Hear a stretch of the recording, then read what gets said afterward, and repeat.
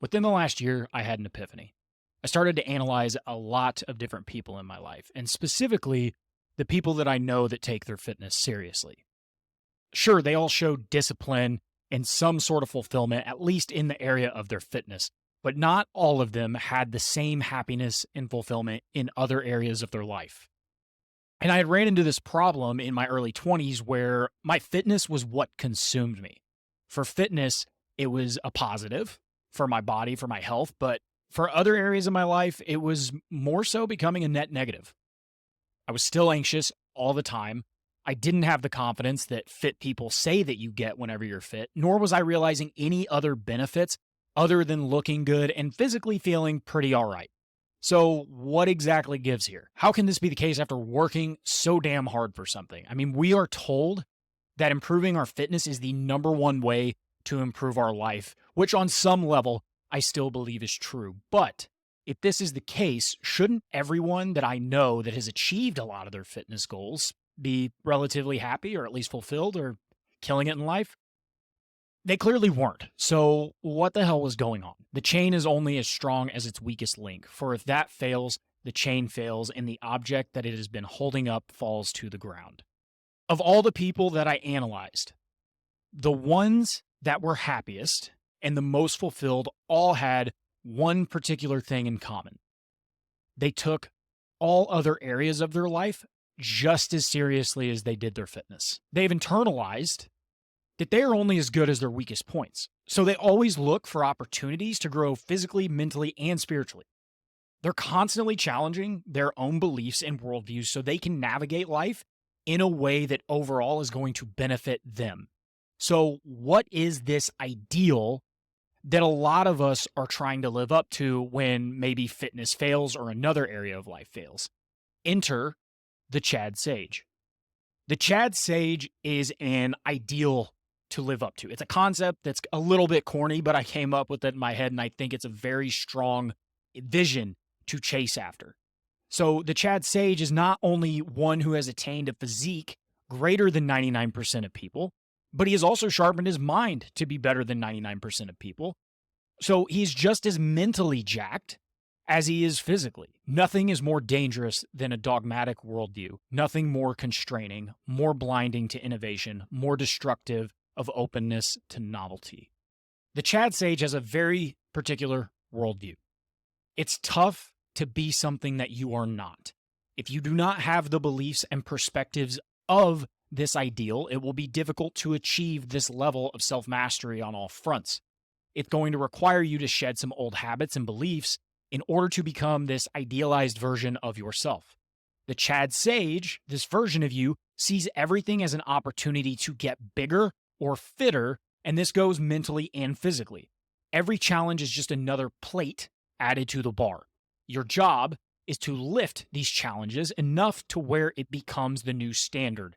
It should become something that is normal. And he knows that it's not easy, but the goal is to slowly set new baselines so that what is now hard becomes the norm. Every opportunity is one of growth, physically, emotionally, and spiritually. Do your friends need help moving furniture? It's an opportunity not only to help a friend in need and to enhance a relationship, but also could be a means of being physically active. And as corny as this sounds, as we get older, I think these small day-to-day things become even more important. Think about it. Most people can't handle it in their 40s and 50s to help move furniture. And this is the exact thing that this version of you, this Chad Sage version of you, is trying to avoid. Do you need to have a tough conversation with a friend or your girlfriend? This version of you does it willingly, knowing it might not be great, but wants to learn how to prevent these things from happening down the line. How can we be proactive about it? And how can we continue to make it to where these things don't consistently occur? The Chad Sage seeks to be a rarity in the world, half egotistical, half selfless. Going for both gives the maximum benefit of you to the world. Rare goals breed rare results. And if you think about it in terms of money, you can help more people when you have more money. So selfishly, the Chad Sage looks for ways to make more money so he can do things like donate to charity, invest in businesses for a cause that he believes in, tip service industry people more, and help pay off family's debts or friends' debts, or be as of most service to people as he can. But he is only able to do this by thinking on a larger scale and forcing himself to develop skills and characteristics that will get him there. By doing the rare thing, you will start to adopt this worldview of seeing everything as an opportunity, but even more importantly, being able to course correct when you inevitably go off track, because life is going to just throw shit at you constantly, and you have to be able to get back on the path that you are destined for. The Chad Sage has certain skills, and these skills can be broken up into 3 categories: physical, emotional, and spiritual. The Chad Sage is physically capable and aesthetic. His body is robust and looks the part. He's strong relative to 99% of people, but people can also tell that he's strong just by looking at him. He knows how to train for whatever his goal is, whether it be aesthetic or performance-based. His body awareness is top-notch, as he knows how his body moves through space in certain situations and in certain positions. So he knows what muscles do what, and he's able to program his training and adjust to that training accordingly.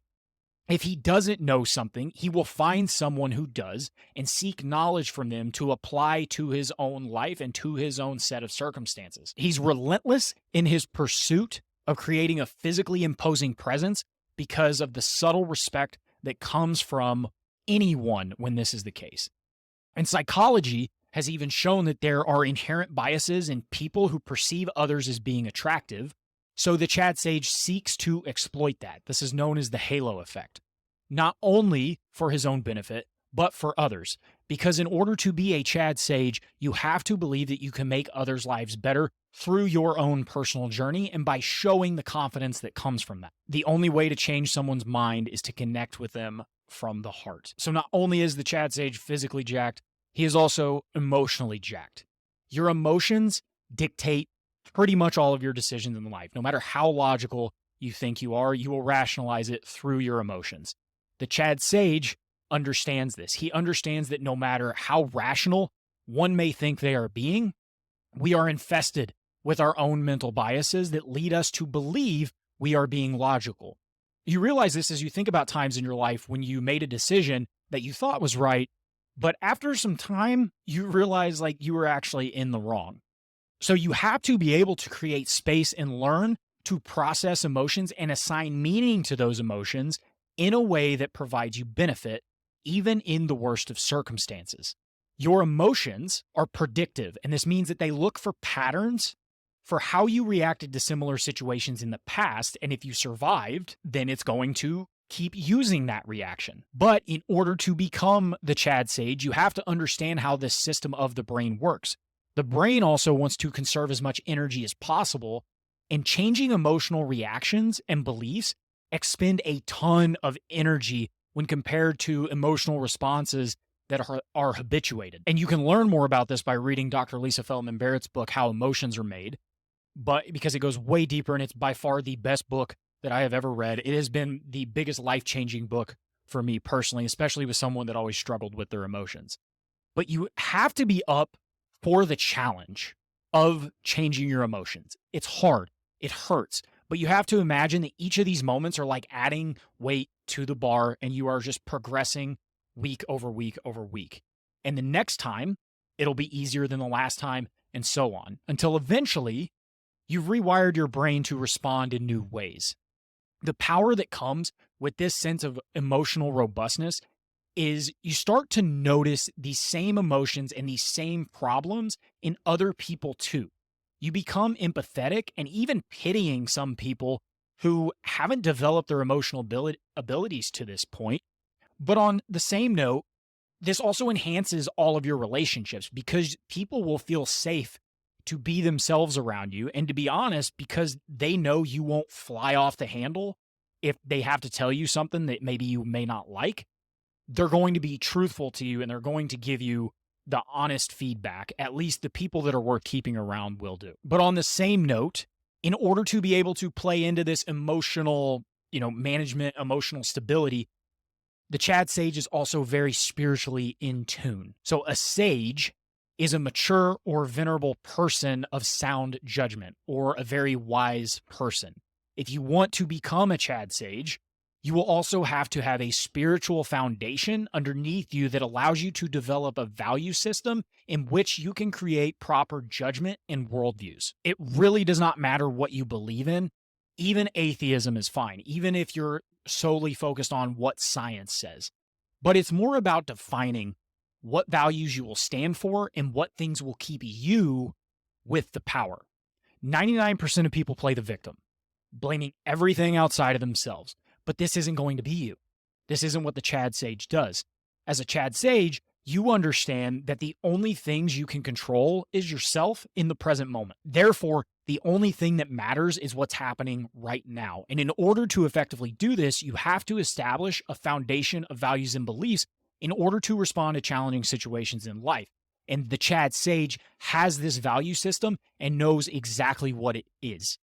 This value system, which is basically what religion is in a sense, allows you to interact with all aspects of life because you start to see that everything on some level is connected. So what habits does the Chad Sage have? He takes his physical performance seriously because it lays the foundation of everything else to come. In this case, you are physically active in some way at a minimum of 6 days a week.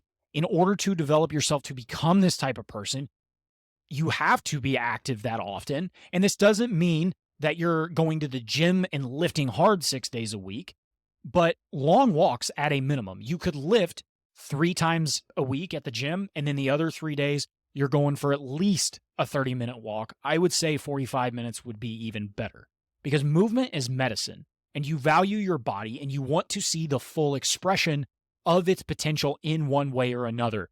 This could be bodybuilding, this could be athletics, this could be combat sports, or even marathon running. The goal is to break your own self-imposed limits and achieve something that you have never done or something that you have dreamed to do. You don't want to be the 60 or to 80-year-old person that takes 3 hours to buy 4 things from the grocery store because of a lack of movement. You value your vitality that much. As such, you need to get into the form. As such, you need to get into some form of a fitness routine and outline what days you will be training. I'm always going to advise resistance training or strength training in some capacity, but there are thousands of free workouts online to get you started. But the point here is to start and learn how to get better along the way. And if you need help, then reach out to somebody that will be able to help you so that you can continue to go down this path. Now, something that will make this even easier is by improvement of your spiritual paradigms. The Chad Sage spends daily time improving his mind and worldview. There was a study published in the Journal of Health of Psychology, and it found that individuals that had higher levels of spiritual well-being report better mental health outcomes, including lower levels of depression and anxiety. Spirituality, whether it's religious or personal reflection, can provide a sense of purpose and connection to something greater, contributing to your overall life fulfillment. You have to spend some amount of time sharpening how you see the world in a way that is going to empower you. Reading books based on the questions you have, listening to podcasts that challenge your current worldview, watching lectures on something that you are wanting to learn. The Chad Sage knows that his perspectives are flawed. And although it's not always an issue, he still wants to be the least wrong that he can be. So spend some time finding things that interest you as far as how you see the world or how you would like to see the world. Deep dive into perspectives you find interesting or why certain people are led to believe certain things. A great example of this is just look at cults. Look into them. See why people join them. What are the worldviews at the time that they joined them? What circumstances were they going through? And what did these cult leaders say or do, or how did they indoctrinate these people into these things? This is going to give you a deeper understanding of the human mind so that you can assure yourself that you have a better understanding, and thus you can better deal with the world around you and know when certain cognitive biases are messing with your head and messing with the ways that you see the world. Some practical tips here is you can do some daily reflection. So dedicate time each day for meditating or journaling to contemplate, what are your values, goals, and progress. I just use the Notes app on my phone sometimes to just jot stuff down that's going on in my head. Helps a ton. Helps get shit out. Community connection. Find a community or group of people that share your same spiritual interests or values so that you can have a deeper understanding and a deeper level of connection with others that might share this very, very similar things to you. So now we look at how do we improve emotional intelligence. The Chad Sage always takes a step back when he is emotionally aroused. This is whenever people talk about taking space when you have an emotional response. Take a step back. Every emotionally charged situation requires this for you to be able to properly assess what's going on, because your initial instinct most of the time is not quite as apparent as what you thought it was. So research by Daniel Goleman, who's a psychologist and author of Emotional Intelligence, suggests that EQ, emotional intelligence, is a stronger predictor of personal and professional success than IQ. Goleman's studies actually indicate that EQ accounts for about 67% of the abilities deemed necessary for superior performance in leaders and was a better predictor of success than either relevant previous experience or high IQ. And this is because we make our decisions off of emotions. The better management that we have of them, the better outcomes that we will have. So many of us make irrational decisions that are disguised as rational because we don't allow for time to pass in order to see things with a clearer picture. When we're emotionally charged, it's like wearing beer goggles as far as making a good decision. The Chad Sage understands this and always seeks to delay responses to things that offend him or piss him off so he can be responsive in a way that's constructive. It only takes one emotional outburst to damage a relationship or to hurt a reputation. So take space when you're emotional and allow for better solutions to appear. Ways that you can do this to develop your ability to process emotions is one, emotional journaling.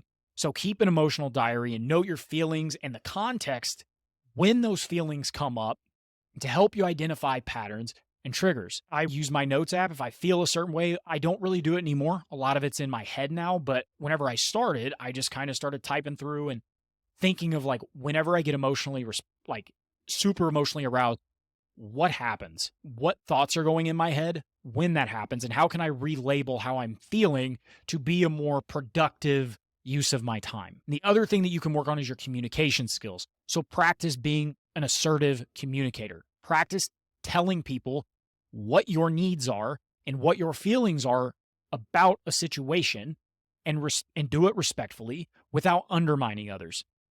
People respect being straight up front and honest. And if you're ever talking to somebody and they are, maybe pissing you off a little bit, when you have this emotional response, take a step back. Don't say anything right away because your initial outburst is not going to be helpful. Notice how you feel in your stomach and then think of a better way to respond and just tell the person how you felt based on what they just said. And when you're going through thinking about these feelings, just ask yourself, was it reactionary because it's always how you reacted? Was this how you want to react to certain things, or was it new? How would you prefer to respond? Becoming a Chad Sage is about maximizing all three of these pillars, but the goal is to be full stack. You have to be very sound in all, and this is an ideal that I think is 100% worthy of chasing after. So if you liked this video or like this concept, or I need to go deeper in certain areas, leave a comment, ask me questions in the comment. I'm super responsive on there, and I'm always love having chats with people. So until next time, peace.